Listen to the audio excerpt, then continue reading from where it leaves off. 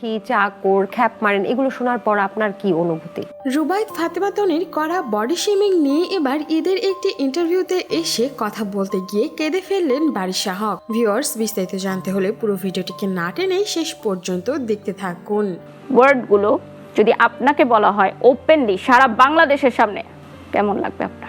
সম্প্রতি এবার ঈদের একটি ইন্টারভিউতে হাজির হন বারিশা হক। সেখানেই তাকে কয়েকদিন আগে হওয়া তনির সঙ্গে তার ঝগড়া নিয়ে প্রশ্ন করা হয়। সেখানে বারিশা হক বলে, আপনি একবার চিন্তা করে দেখুন তো, এই সব কথাগুলো আর ওয়ার্ডগুলো যদি পুরো বাংলাদেশের সামনে আপনাকে বলা হতো তাহলে কেমন লাগতো? একটা মানুষের হাজবেন্ড মারা গেছে, রাইট?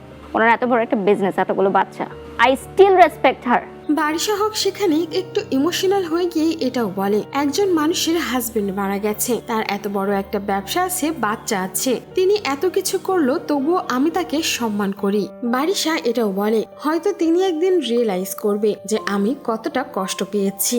হয়তো উনি কখনো কোনোদিন রিয়েলাইজ করবে যে আমি কি পরিমাণ কষ্ট পেয়েছি।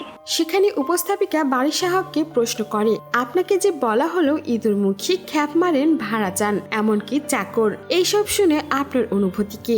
বারিশা হক তখন বলেন, তিনি খুবই কষ্ট পেয়েছেন তনির এমন ব্যবহারে। বারিশা সেখানে এটাও বলে, হতে পারে আমি ভুল করেছি বা আমার পরিবারের পক্ষ থেকে কেউ ভুল করেছে, তাহলে কি সোশ্যাল মিডিয়ার বোলিংটাই এনাফ ছিল না? আর এইসব কথা বলতে গিয়ে বেশ ইমোশনাল হয়ে পড়েন বারিশা হক। সো ভিউয়ার্স, এই ছিল আমাদের আজকের ভিডিও। আর বারিশা হকের এইসব কথা শুনে আপনার কোনো মন্তব্য থাকলে জানাতে পারেন আমাদের কমেন্ট বক্সে। আর বিনোদন জগতের এমন লেটেস্ট আপডেট পেতে আমাদের চ্যানেলটিকে সাবস্ক্রাইব করে আমাদের সঙ্গেই থাকুন। ধন্যবাদ।